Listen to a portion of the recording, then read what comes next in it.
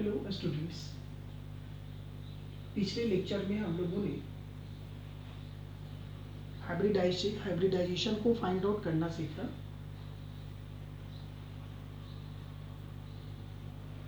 और उसके बाद हम लोग सीख रहे थे मॉलिक्यूलर स्ट्रक्चर्स। उसमें कुछ और मॉलिक्यूल के स्ट्रक्चर के बारे में मैं डिस्कस करता हूँ।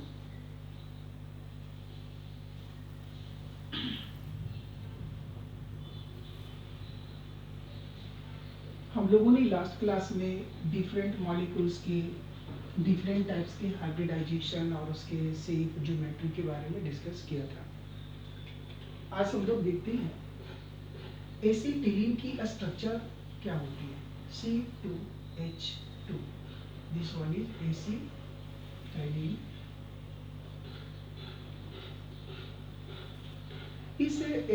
ये जो एसिटाइलिन है वो ऑर्गेनिक कंपाउंड्स है और इसकी स्ट्रक्चर ऐसे होती है और इसमें ये जो इच कार्बन होते हैं वो sp हाइब्रिडाइज्ड होते हैं, sp हाइब्रिडाइज्ड होते हैं। यानी हाइब्रिडाइजेशन में कार्बन का एक s ऑर्बिटल और 1 p ऑर्बिटल्स इन्वॉल्व होता है।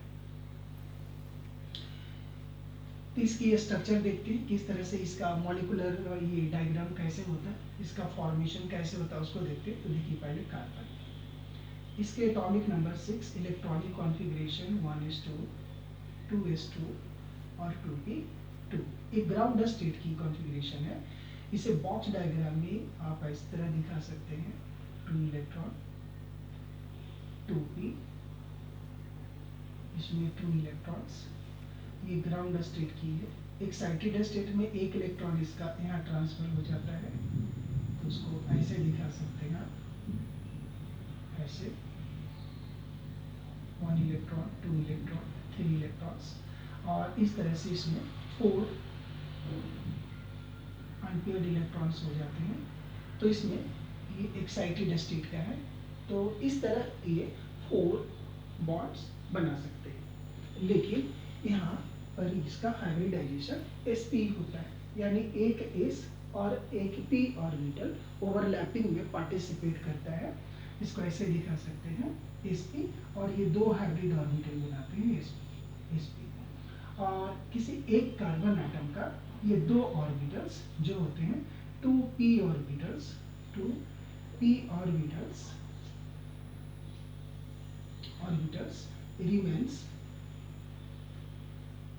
unhybridized, ये अनहाइब्रिडाइज्ड रहते हैं, हाइब्रिडाइजेशन में पार्टिसिपेट नहीं करते। ये एक कार्बन एटम्स का होगा। देखिए तो इच कार्बन एटम का यही सिचुएशन होगा। तो sp और sp, तो ये दो बनाए हैं और sp को हम लोग किस तरह दिखाते हैं, इस तरह दिखाते हैं ऐसे। यह भी sp है और ये sp है। अब यहाँ से ये क्या है कि एक हाइड्रोजन और हाइड्रोजन है, ये s सबसे है हाइड्रोजन, और यह भी s सबसे है, ये हाइड्रोजन को दिखाया गया।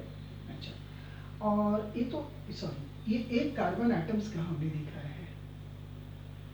दूसरे कार्बन एटम्स का जो इसके sp हाइब्रिडाइज्ड ऑर्बिटल्स होंगे वो इसके साथ कंबाइन करेंगे ऐसे। ये ऐसे दो sp हाइब्रिड ऑर्बिटल बना है, ये इस एक कार्बन एटम और इससे ये इस सबसे हाइड्रोजन का और इससे भी इस सबसे हाइड्रोजन का। अब इस कार्बन एटम में देखिए दो अनहाइब्रिडाइज्ड p ऑर्बिटल है, उसको आप ऐसे दिखाएंगे ऐसे। यहाँ भी एक को दिखा रहे हैं ऐसे ऐसे। दूसरे अनहाइब्रिडाइज्ड ऑर्बिटल को ऐसे तरह मैं दिखा रहा हूँ ऐसे अनहाइब्रिडाइज्ड। तो मान लेते हैं ये px है, ये py है, ये pz है, तो ये py है, ये pz है। अब इन दोनों हाइब्रिडाइज्ड ऑर्बिटल में एक एक इलेक्ट्रॉन्स है, तो यहाँ पर ये एक इलेक्ट्रॉन्स और यहाँ भी एक इलेक्ट्रॉन्स होंगे और इसका भी एक इलेक्ट्रॉन्स, तो पेयर्ड हो जाएंगे ये। यहाँ भी ये पेयर्ड हो जाएगा अब इसमें देखिए दोनों में एक एक इलेक्ट्रॉन्स है, इसमें भी, इसमें भी, इसमें भी, इसमें भी। तो अब क्या होता है कि ये ऑर्बिटल दोनों एक दूसरे के पैरेलल हैं, तो ये दोनों ओवरलैपिंग में पार्टिसिपेट करते हैं। ये ऑर्बिटल और ये ओवरलैपिंग में पार्टिसिपेट करते हैं, ये इससे ओवरलैपिंग। अब बताइए, ये जो ओवरलैपिंग है आपने पढ़ रखा है, किस तरह की जो ओवरलैपिंग होती है वो लैटरल ओवरलैपिंग होता है, और इससे पाई बॉन्ड का फॉर्मेशन होता है। और इस तरह की जो ओवरलैपिंग होती है ऐसे, इससे सिग्मा बॉन्ड बनता है, और ये एक्सेल ओवरलैपिंग होता है। तो यहाँ देखिए, यहाँ ये जो बॉन्ड बने वो सिग्मा बॉन्ड, और ये पाई बॉन्ड, और ये पाई बॉन्ड, यानी ये सिग्मा बॉन्ड, ये सिग्मा बॉन्ड, यानी ये जो आप देख रहे हैं सिंगल बॉन्ड सिग्मा, ये सिग्मा। अब यहाँ ट्रिपल बॉन्ड था तो बीच वाला होगा सिग्मा, और ऊपर नीचे वाला पाई, और ये सिग्मा बॉन्ड। यानी ट्रिपल बॉन्ड में 2 पाई एक सिग्मा बॉन्ड होता है, और सिंगल बॉन्ड ऑलवेज सिग्मा होता है। तो single bond is always sigma, in triple bond there are 2 pi and 1 sigma. और इस तरह से एसिटाइलिन मॉलिक्यूल्स का मॉलिक्यूलर ऑर्बिटल्स डायग्राम आप इस तरह दिखा सकते हैं। Now we consider on other molecules.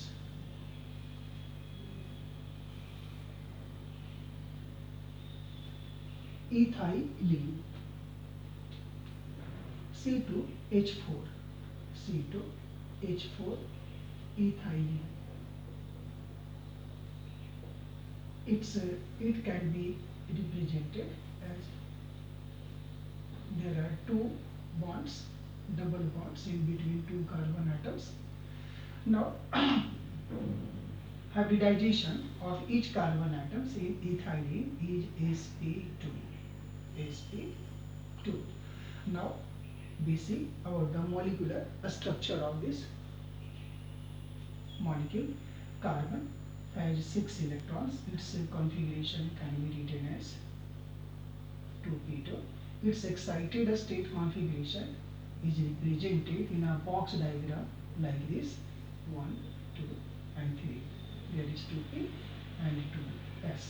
Since the hybridization of this each carbon atom in ethylene is sp2, therefore we can say that one of s and 2 of p orbitals are involved in hybridization of each carbon atoms. Since one of s and 2 of p orbitals are involved in hybridization, so each carbon atom acquires triangular planar shape and geometry. Or its hybrid orbital, sp2 hybrid orbitals, means when one of 2s and 2 atomic orbital of 2p involved in hybridization, 3 sp2, sp2, sp2 hybrid orbitals are formed. This can be shown as, आपने इसको देखा अच्छी तरह से, कैसे इसको दिखाया जाता है आपने सीख लिया है ऐसे। These are the 3 hybrid orbitals: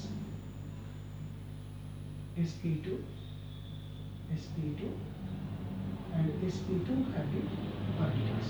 So each carbon atom having such like this 3 sp2 hybridized orbitals. Now see, one orbitals of this carbon remains unhybridized. So unhybridized orbitals can be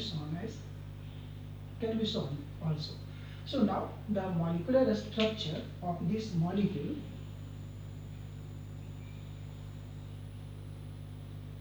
इसे आप ऐसे दिखा सकते हैं, जैसे एक कार्बन एटम्स यहाँ, दूसरा कार्बन एटम्स यहाँ।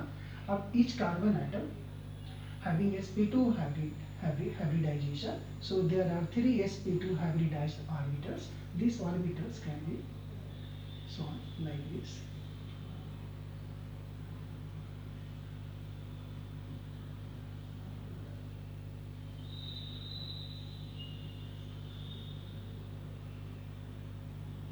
This one is the sp2 hybridized orbital of one carbon. This one is the sp2 hybridized orbital of other carbon, and this carbon having also one unhybridized p orbitals like this. So now these one electrons, two electrons, there are two hydrogens attached. This sp2 hybridized and sp2 hybridized and s overlapping hydrogen, यहाँ भी hydrogen होंगे, यहाँ भी hydrogen होंगे, यहाँ भी two electrons, ये दोनों ओवरलैपिंग में पार्टिसिपेट करेंगे लाइक दिस. तो नाउ देखिए, this one is axial overlapping, so there is sigma bond, lateral, then pi bond, sigma bond, sigma bond, sigma bond, sigma bond. So this one is the molecular structures of C2H4 molecules.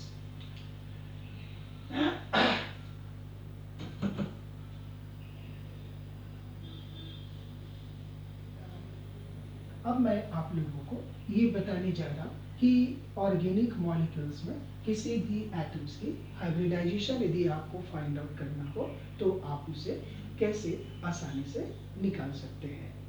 तो आप reading लिख लीजिए, hybridization of atoms in a organic molecule.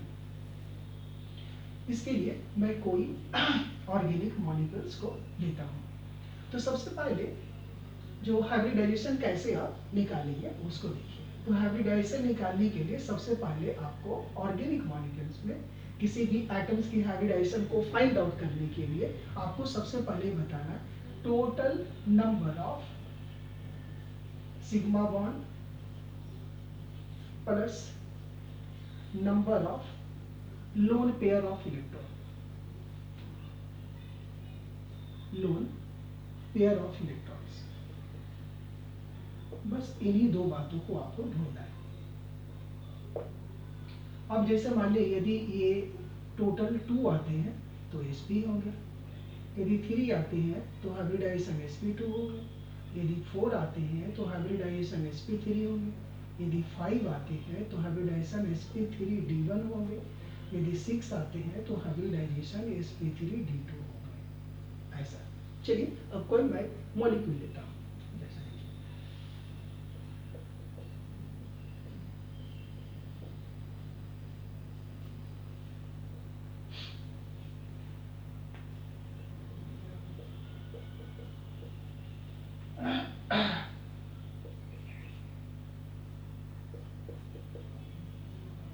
चलिए ऐसा.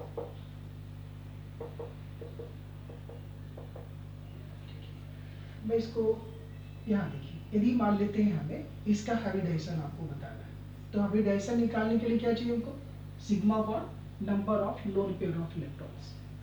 तो आप देखिए, ये कार्बन आइटम्स के आउटर मोस्ट शेल में 4 इलेक्ट्रॉन्स होते हैं और ये सभी 4 इलेक्ट्रॉन्स बॉन्ड बनाने में इन्वॉल्व है, यानी इसके पास कोई भी इलेक्ट्रॉन्स प्रेजेंट नहीं है, यानी no lone pair.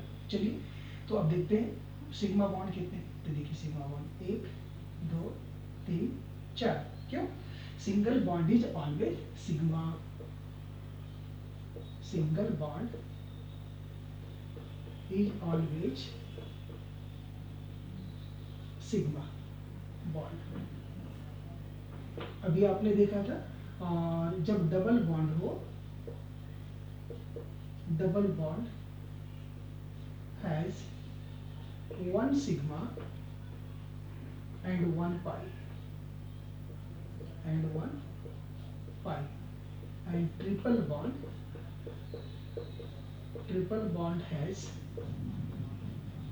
2 pi and 1 sigma and 1 sigma. बस इस बात को ध्यान में रखिए. तो आप यहाँ देख लीजिए, 1 2 2 3 4 सिग्मा, यानी कि 4 होने पे sp3. आप इसको देखिए, इसके चारों ओर कितने सिग्मा है? 1 2 3 सिग्मा, यानी sp2. इसको देखिए, एक लोन पेयर, 2 लोन पेयर और 1 सिग्मा. यहाँ पर 1 सिग्मा है, 1 पाई है, तो 2 लोन पेयर 1 सिग्मा, टोटल 3 हो गए, यानी sp2. यहाँ देखिए, दो सिग्मा, एक इधर, दो लोन पेयर, टोटल 4 हो गए यानी sp3। इस कार्बन को देखिए, एक सिग्मा, दो सिग्मा, तीन सिग्मा, एक यहाँ 4 सिग्मा यानी sp3। इसको देखिए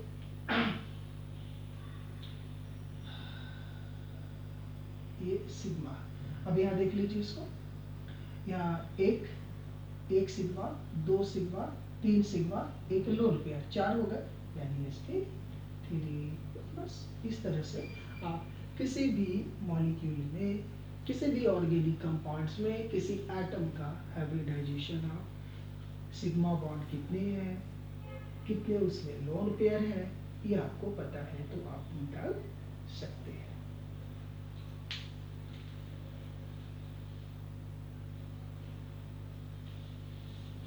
नेक्स्ट अब हम लोग सीखते हैं, एक बहुत ही इंपॉर्टेंट है, इसका नाम है फॉर्मल चार्ज।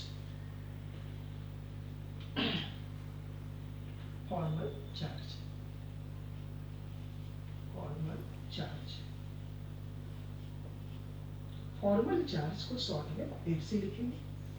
और ये क्या होता है, जिस एटम्स का फॉर्मल चार्ज कैलकुलेट करना है आपको, तो उस एटम्स का पहले लिखिए valence electron minus number of unshared electrons, number of या नॉन बॉन्डिंग इलेक्ट्रॉन्स, दोनों बार non-bonding electrons means over electrons which are not involved in bonding, minus 1 by 2 number of bonding electrons, number of bonding electrons। बस हो गए formal charge. जैसे हम लोग लिखते हैं O3, ये ओजोन है, इसका स्ट्रक्चर मैं लिखता हूं ये ऐसे,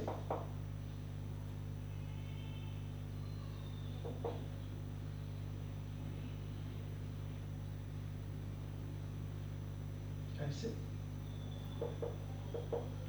ऐसे होते हैं, ऐसे। इसको मैं 1 देता हूँ, इसको 2, इसको 3। अब देखिए फॉर्मल चार्ज, हमें 3 का फॉर्मल चार्ज निकालना है, तो मैं लिखता हूँ O3। चलिए निकालिए। Number of valence electron oxygen के 6, number of unshared electrons 4, minus 1 by 2 number of shared electron, shared electrons यहाँ पर कितने होंगे, 2 और 2 4, मल्टीप्लाइड बाई 4, कैंसिल कीजिए, 2 2 जा 4, 4 और ये 4, 4 और 2 6 6 यानी 0, यानी इसकी फॉर्मल चार्ज 0। यहाँ देखिए, यहाँ पर कितने O2 की फॉर्मल चार्ज देखिए ध्यान से, valence electron 6 minus unshared electrons 2 minus 1 by 2 shared electron 2 4 और 2 कितने हो गए 6, तो इंटू 6 कितने हो गए 3, यानी 2 3 5 6 यानी कि 1, यानी इसकी भी फॉर्मल चार्ज 1 होंगे। अब इसको देखिए O1 की, यहाँ देख लीजिए electron 6 minus 6 2 4 6 minus 1 by 2 into sharing electron 2 2 2 2 cancel, minus 1 यानी 6 माइनस 7 इक्वल टू -1, यानी इन सभी की, इस ऑक्सीजन की फॉर्मल चार्ज -1, इसकी यानी यहाँ पे आप दे सकते हैं -1 और यहाँ आप +1 लिख लीजिए, O2 पे -1 और +1, तो इस तरह से, और इस पर 0 फॉर्मल चार्ज। ऐसे यदि आपको ऐसा कर सकता है कि ईच एटम पे कितने फॉर्मल चार्ज, तो आप ऐसे निकाल सकते हैं। यदि एवरेज फॉर्मल चार्ज आपको ऐसा करता है of the oxygen, average formal charge, तो क्या करेंगे, इस पे जितने चार्ज हैं सभी को जोड़ लीजिए, -1 +1 -1 +1 +0 डिवाइडेड बाई 3, 1 2 3, तो ये तो 0 0 0 यानी कितने हो गए 0, राइट। अब ये फॉर्मल चार्ज इस तरह से निकालते हैं। चलिए मैं कुछ और एक एग्जांपल लेता हूँ फॉर्मल चार्ज को लेकर के। एक दो एग्जांपल मैं और भी दिखाता हूँ ताकि आप अच्छी तरह से निकालना आ जाए आपको। जैसे ऐसा हो, फॉर्मल चार्ज ऑफ कार्बन, देखिए फॉर्मल चार्ज ऑफ कार्बन निकालना है आपको in CO3 two minus means carbonate ion, carbonate ion, इसकी फॉर्मल चार्ज आपको फाइंड आउट करनी है। कार्बन की इलेक्ट्रॉन डॉट स्ट्रक्चर लिखिए इसका, देखिए ये ऐसा होगा,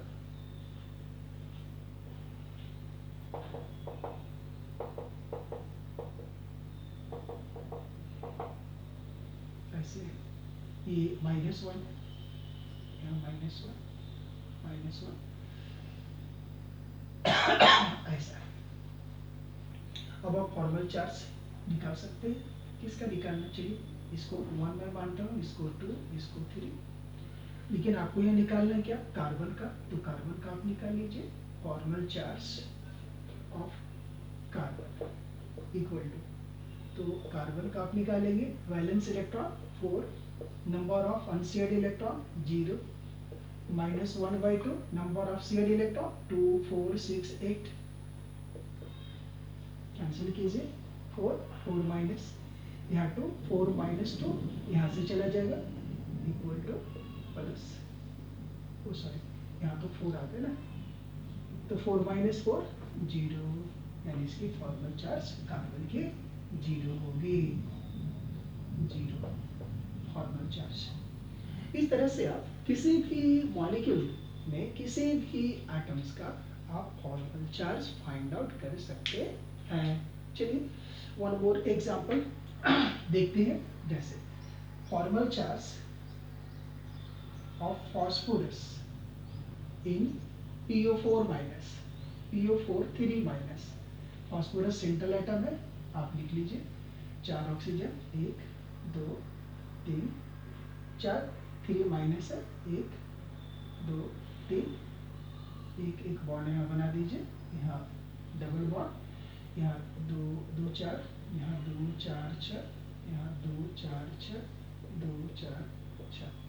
चलिए फास्फोरस के निकालनी है, तो formal charge of phosphorus equal to valence electron 5 minus unshared electron 0, एक भी इलेक्ट्रॉन आंसर नहीं है, शेयर 1/2 इंटू शेयर्ड इलेक्ट्रॉन्स, देखिए 2 4 6 8 10, यहाँ 10 कैंसिल कीजिए, 5 5 माइनस 5 इक्वल टू 0। आप देख लीजिए इसके फॉर्मल, इसको 1 2 मैं कर देता हूँ, 1 2 3 4, आपसे कोई कहता है इस ऑक्सीजन का फॉर्मल चार्ज बताइए, तो देखिए formal charge of O1 equal to, देखिए valence electron 6, number of unshared electron 4, minus number -1/2, number of shared electron 2 2 4 4 cancel कीजिए, 2 4 2 6 6 इक्वल टू 0।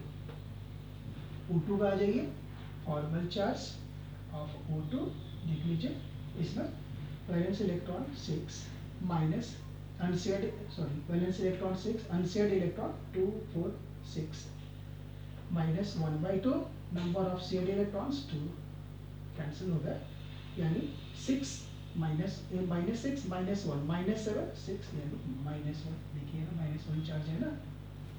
तो इन दिस वे शायद आप लोग फॉर्मल चार्ज को फाइंड आउट करना अच्छी तरह सीख गए होंगे। So thanks to all.